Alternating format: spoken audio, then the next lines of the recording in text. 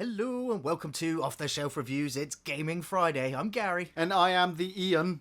And we are playing Mass Effect Andromeda. Well, you're playing it. Well, I'm just watching you play it. Yes, yeah. Well, I'm going to jump right into some multiplayer here because I'm still playing the single player. Yeah. The single player is huge. It's massive. Oh, okay. And I would probably, if I was showing the single player, I'd probably just jump to a random planet and get lost.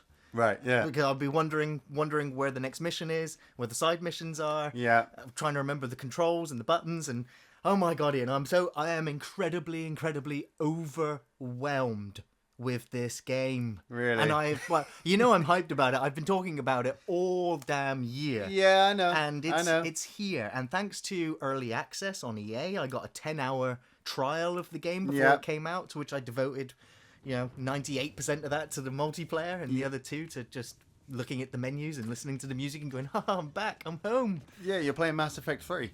Well, Andromeda. But it looks like Mass Effect 3 in terms of its multiplayer. Yeah. And which I'm so glad that it has.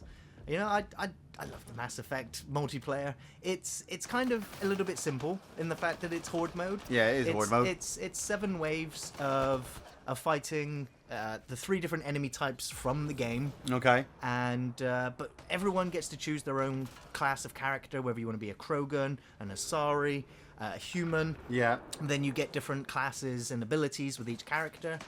And that's it. But you level up each of your characters from level 1 to 20.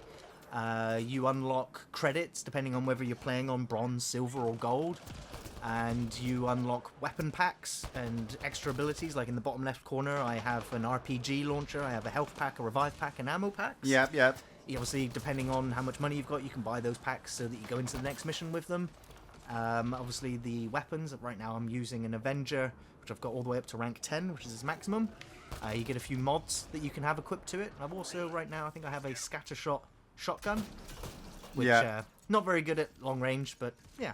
And I also have a couple of abilities. I have an overload ability, that assault turret, which I've dropped down, and an incinerate ability. Now, everyone who's played Mass Effect knows that the biotics and the tech implants can all combo off each other. So if somebody's frozen and then you hit them with an incinerate or a blast and then they explode, you do multiple damage. And that's fun. These levels are fun. The gameplay is fun. It's fast and responsive. The only major difference, really, to the whole thing is the fact that we now have boosters and jetpacks. So we can sort of jump and suspend yourself in the air slightly. Yeah. There is a character which I enjoyed playing, which was a Turian shock trooper, who can spend more time sort of floating in the air and gets damage reduction whilst he's basically a flying turret. Okay. Now, it's broken down into, like I said, 7 waves. You have 3 waves. Or 2 waves, and then the third wave is either an objective, either assassinate these targets, or go and hack these points, or go and disable these devices. Yeah. It's random, and it changes every time. I do traditionally just like to choose random map, random enemy types, and I've kind of dabbled in silver on some of the easier enemy types, but I tend to just play bronze right now, because everyone's still learning the game, everyone's still playing the game. The game only officially got released yesterday in the UK. Yeah. So I've spent most of my time just playing the multiplayer. It's so addictive and fun. You're just like, one more game. I just want to get a little bit more XP and level up this character a little bit more. And then, now I've got enough money maybe to buy that pack, and hopefully I'll get the weapon that I want. Yeah. Yeah. So, now, I have loved all the Mass Effect games. Mass Effect 1 came out in 2007. And that, again, it was everything that I wanted in a space RPG game. It felt epic. I loved the character of Shepard. I loved all of his The first one was really, really good, but 2 and 3 kind of tarnished all that. No way. For me. 2 is also an amazing game. The Suicide Squad, going in on that mission where not everyone will probably make it, and depending on the choices that you made or how quickly you rush through it, they wouldn't all survive. Well, maybe it was just me, but I had enough glitches in Mass Effect 2 that I really considered not actually going and playing the third one.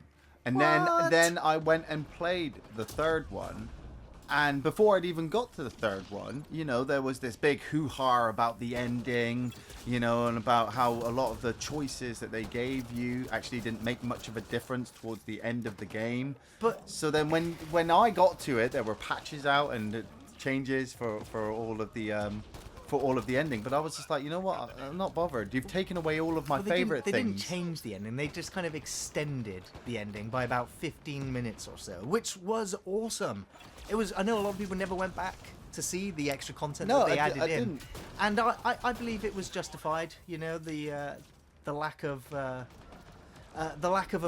proper ending to the game. I didn't mind the fact that not every decision that you'd made had a huge impact on the end of the There game. was that whole but the galactic journey and the story that you went through was still unique to you to an extent. See, now I think that's where you and I are going to clash on this, because obviously, you like you said, you're a massive fan of Mass Effect, so you would wait and eat up everything that Mass Effect would bring to you.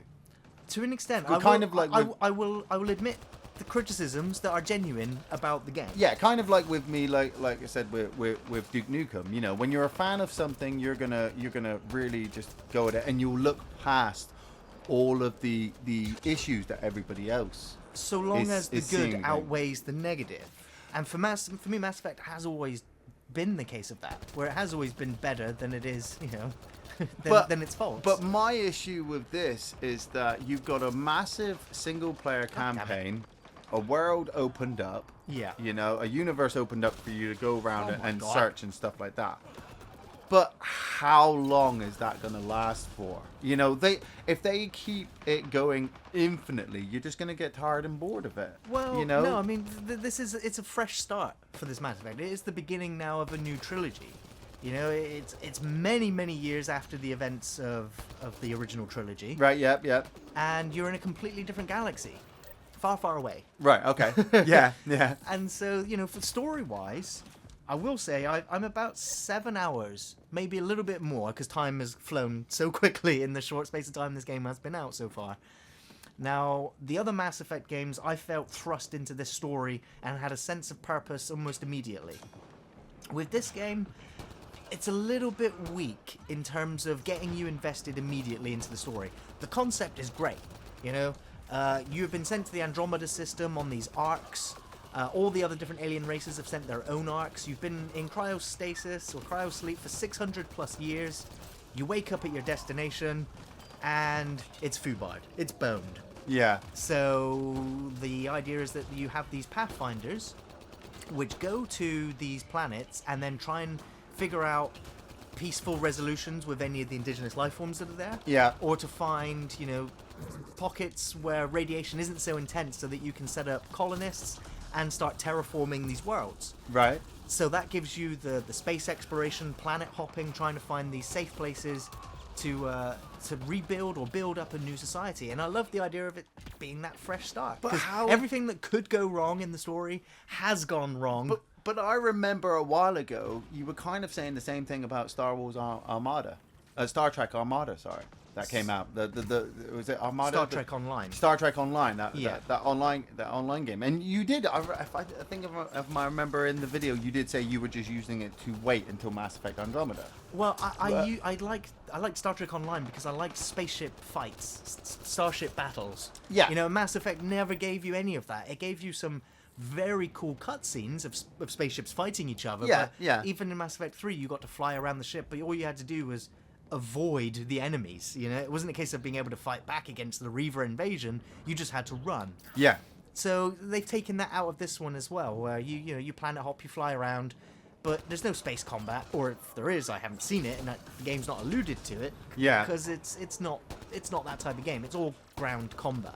Yeah, and that's where my point is. Well, how long is it? At what point does that become tiresome? I mean, I'm looking at this multiplayer and I'm like, okay, yeah, it reminds me a lot of Mass Effect 3's multiplayer. Yeah. It is a horde mode, Yes. okay, and even the best horde mode out there, which I would always say is Gears. Gears did it well. I think Halo also had it very well But with the firefight mode. But it gets tiresome after It gets a while. tiresome so long as they don't add new content. And with if Mass Effect 3 is anything to go by, EA or BioWare support the online for absolutely free. There's no season pass for the multiplayer.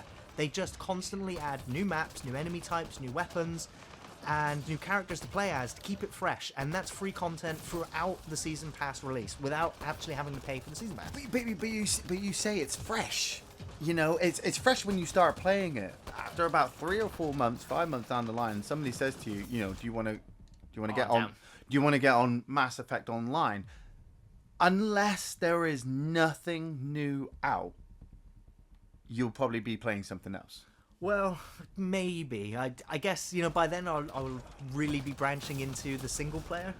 Yeah, and that's what obviously you'll use. You'll go, right, okay, you know, I don't want to play. I want to concentrate on the story mode. So you start concentrating on the story mode, and as we already discussed, this game was free on release.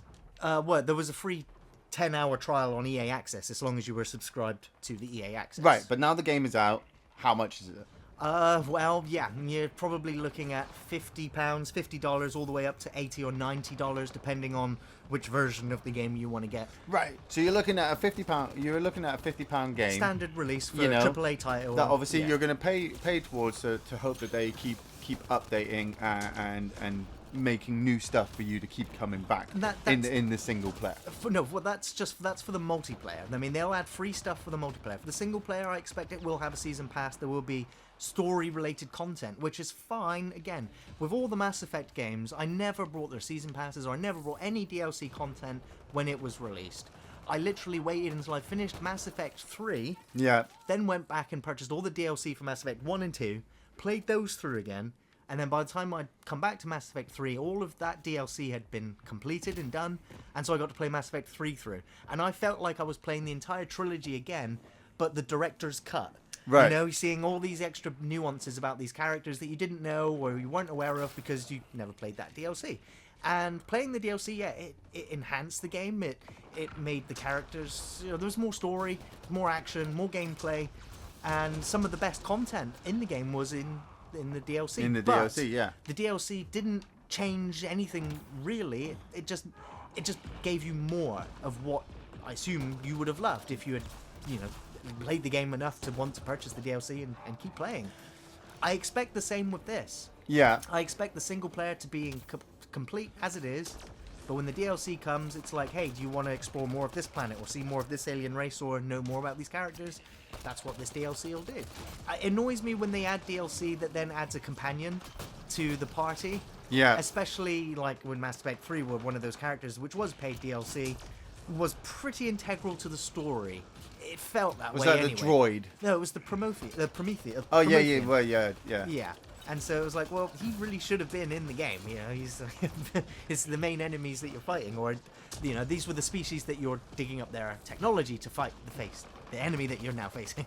Have you had any of the issues that have kind of come with this game on release? I mean, because obviously I don't read into reviews or game ratings when a new game comes out. Yeah. Right? I just see a new game comes out and I go, well, I'm either interested in buying it or I'm not. Few weeks ago, about a month ago, Breath of the Wind came out for Breath of the Wild? Breath of the Wild, sorry. Yeah. Yeah, Breath of the Wild came out for the Switch, and I was waiting for a lot of issues with that because obviously, you know, it's Nintendo. You haven't heard anything out of it, but from what I gather, Nintendo have released a pretty solid game. They're usually pretty good with that. Yeah. With this, I've heard that there are obviously enemies stuck in walls that you cannot kill. You've got facial animation issues. You've got characters in the story mode that are obviously just doing stuff that you wouldn't necessarily have them do during a cut sequence. Have you come across any of that? Yeah, I have. You know, there's a couple straight away when this game's access was out there. People were uploading videos going, "Oh, the facial animations are terrible. Look at this as an example, and look at this character who's shooting a corpse and then is told by a superior officer to stop shooting the corpse, and he continues to shoot the corpse and goes, "Yeah, I feel better now," and it feels like grade school dialogue. Yeah. But that's just a snippet. A tiny snippet of the dialogue in a game where there is hours and days of dialogue. But you need But we say that all the time. When somebody does something good, you barely hear anything about it. When you hear something, when there's something When there's a bad, criticism, when there's yes. criticism, everybody jumps onto it. And when this game came out, like I said, I expected the stuff to happen for Nintendo. I'd be like, if that game came out, if a game came out and it's bad, people immediately jump on the bandwagon and say, "Oh, wag their finger! You shouldn't be playing this. Oh, it's absolutely terrible." I'm not saying that this is a terrible game. I'm just saying, shouldn't they have made sure that stuff was not in the game when they released it?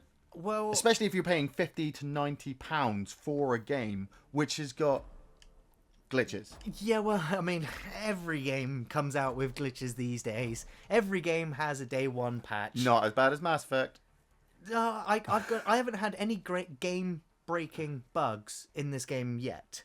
Not game breaking, but have you had bugs? No, nothing major. The game has had some server issues. Okay.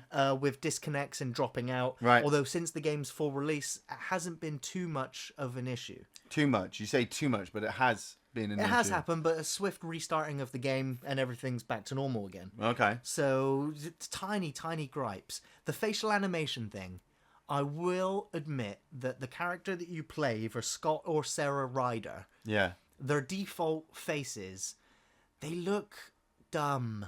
I mean, not all the time. Yeah. Like in some shots, you're like, she looks perfectly fine, but then she'll react, and you're like, oh god, you look so stupid. Like you look like you don't know what's going on. Yeah. And for the most part, as an audience, as a gamer, you're playing, you don't really know what's going on because, as I said, I was so overwhelmed. You get introduced to so many characters and locations, and you have this gizmo that does that, and you have this data pad which enables you to send off strike missions. You have this data pad which does research and development. You have another data pad which, and you're like, so what am I doing? Like, where are my missions? The user interface in this game needs work. Right.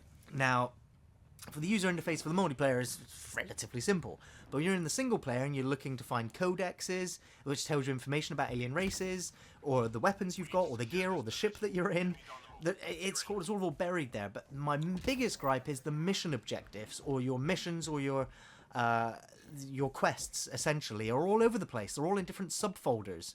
So it's hard to know which quest you're doing, and when you pick up a new quest, it immediately replaces the quest that you were on. Oh. So your quest markers are constantly changing. If you talk to like 3 people at once and they all have different quests, you don't know which quest you're now currently lined up to do, or where it is even. And so and the map is fine, but I tend not to use it too much because it's so many symbols that I'm still getting used to. Yeah. So again, I think they're more my problems at the moment as I get used to the game and its loadout. But for a first timer, the user interface is overwhelming and it's easy to get lost in. But again, the facial animations, I can live with the fact that sometimes she doesn't look quite right or says the wrong, the dialogue. They are trying to do a lot. I suppose that's something to look at. If you're trying to do a lot in a game, there are going to be a few wrinkles here and there that you kind of slip past the net. Yeah.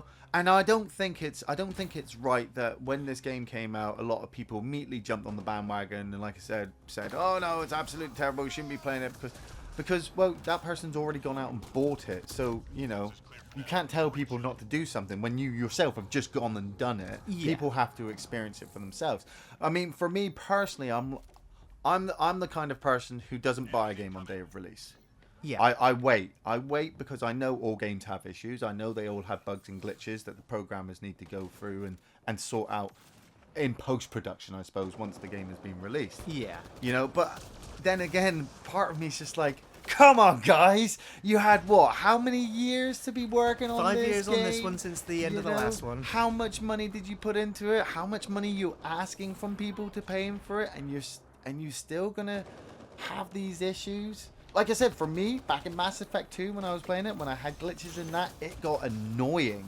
It got annoying that I had to restart the game and restart missions, and my character would not do a certain thing because a glitch forced me to fucking do something else. And that kind of took it away from me. So when I got the Mass Effect 3 and people were like, oh yeah, they've expanded the ending, I was just like, I don't care anymore. I just want to finish the trilogy because I'm kind of done with it. That makes me sad. That makes me sad because when I remember back and think back about any of the other 3 Mass Effect games, the only thing that stands out was the week ending for 3, which felt rushed. But I can't remember any glitches or any problems with those games. You know, maybe it's the rose-tinted glasses thing. Yeah, it's the same with me with Duke Nukem. You know, when you were saying about the sound differences, I'm like, oh, I don't care. But I had this one glitch. I think it was Mass Effect 2. You had to fight Deanna Troy's character. I think it was Mass Effect 1. Was that Mass Effect 1? Yeah. I know. I had to fight her, and in the middle of the fight, my character's neck extended like a giraffe, and my arms went. It's funny really you should mention stretchy. that. I think that the character, the female Sarah Ryder in this game, her neck is really long. I was just like, wow, she's got a really long neck. But during that boss fight, it glitched like that, and I had to restart the Xbox to bring it back up. And the thing was, it hadn't saved leading up to that fight, so I had to do a load of story. Again. Just to lead up to it. I didn't change any of my answers to see it. I just was just like, I just want to get to the fight. I know how this conversation's going to end. Yeah. You know? And it for me, if you're a Mass Effect fan, you've got the game. If you want the escapism into space, yes. then you're going to eat it all up. But don't tell me that it's like the one game you're ever going to play for the rest of your life, because it's not true. No, I'm not going to play it for the rest of my life, but I can see this game easily taking up a lot of my time over the next 3 months. Oh yeah, Easily. Definitely. Until the next game comes out that really gets my attention again, and I move on, because up until this game's release, I've still just been playing Halo Wars 2. Yeah. And since this game's come out, I've not even touched Halo Wars 2. And no, because it's the new thing. You got to try and get the new thing. It's that point where the new thing starts to become the old thing. But in all the hours I've put into this already, I've easily put in about 30 hours into the multiplayer. Yeah, nowadays that's minimum for a game. Yeah. You know. And I'm not getting tired yet. And like I said, again with the multiplayer and with any multiplayer, it's going to come down to who you're playing it with. If you're playing this on your own, you're probably not going to get past bronze, because you're not going to have the teamwork that's required to get yourself through the gold tier difficulties. Yeah. That teamwork, that coordination, that camaraderie that you'll build up with your multiplayer friends in this game is also a part of it. So, and the longevity of the game also then rests on how well all of you decide you're going to continue to play the game. But I think that there's more than enough content in here. The graphics are great, the music's great, the gameplay is solid. It is fun. It makes you want to keep playing. That's a good thing. Games are supposed to. Broken up with a single-player game, which is vast and huge. And even in the first open area that I went to, I was like, this place is huge. I got quests over there, and I'm going to get into the rover and go drive over there and try and scout for materials. Yeah. Just great. You feel so tiny and insignificant in this massive world. Yeah. And so again, like I said, I'm overwhelmed. That'll change obviously in time, and then I'll go, okay, I'll start to see the limitations. Do you want to wipe your mouth? The drool is getting onto your joypad. So much game, and at the moment, I'm a little bit worried. Some of the planets I've been to, I'm like, these are vast, they're beautiful to look at. Yeah. They're all ambient. How much dead space is there between here and my next objective? Is it worth going exploring and seeing what's behind that rock? Well, that was an issue that people had with the rover in Mass Effect 1. I loved that because, well, that's what planets are like. Yes. I really don't like a game where I land on a planet like it was in the Star Trek game. You land on a planet and there was just so much going on, so much color, so many people. You were just like, what the fuck is going on? I think I see what you mean in terms of the fact, like Dragon Age Inquisition. It felt like an MMO single player. Yeah. So all the quests that you did felt like fetch quests, and and it wasn't that interesting. It was just horrible side quests. Yeah. This game's side quests so far have been fairly interesting. It's been a case of solving murder mysteries, finding out who the saboteurs are. I like that there are interesting characters. Even just side characters that have just a small side quest. They seem interesting enough. Now, again, some of the voice acting is, I don't know whether it's down to the script or the delivery. Some of the lines feels like you can hear that they're in a studio and they've just been told to read it out. Yeah. And they haven't had enough time to to redo it, and so they've had one shot at it and they've moved on to the next bit of dialogue. But still, it's not detracting me from the experience yet. I've not had an oh my gosh moment. How did that get through development? Yeah. Not to the extent that some people are very happy just to criticize. It's so easy to criticize the game. Yeah, it's very easy to criticize a lot of things. It's for me, I'd say Christmas. I'd say Christmas. If you're still playing this at Christmas, Yeah. okay, then you've got your hands on a big game. Yeah. On an excellent game that when it comes to Christmas, you'd be like, oh, I've got all these new games, but I'm still playing Mass Effect Andromeda. You know, they've just done this, they've just done that. If it gets to Christmas and you've stopped playing it, then there was definitely something wrong with the game. There was something wrong, or there was just repetitiveness, where they're just like, oh, we'll just add a bunch more quests, we'll add extra armor. Cause I'm thinking back to Destiny now. Yeah. I remember Destiny was a big game back in the day. Oh, we'll meet up online, go to all these different planets, we're going to do all these things. I don't think I know anybody who's still playing it anymore. I know a few people that drift back onto Destiny because Drift. They play it for a couple hours and move on because again Destiny it's all about the multiplayer, and a lot of people that I know still play it, still like to play the Iron Crucible. It is the versus multiplayer. Yeah, it still has its fun, still has its merits, but it's still horde mode. Yeah, and well, horde mode in itself hasn't gone anywhere, and so I think that also says something. When you're making a game, make a multiplayer for yourself. You know, horde mode is just too easy to do nowadays. You know, it started off at Nazi zombies, it worked its way into Gears. Now you've got it in Destiny, you've got it in Mass Effect, you've got it in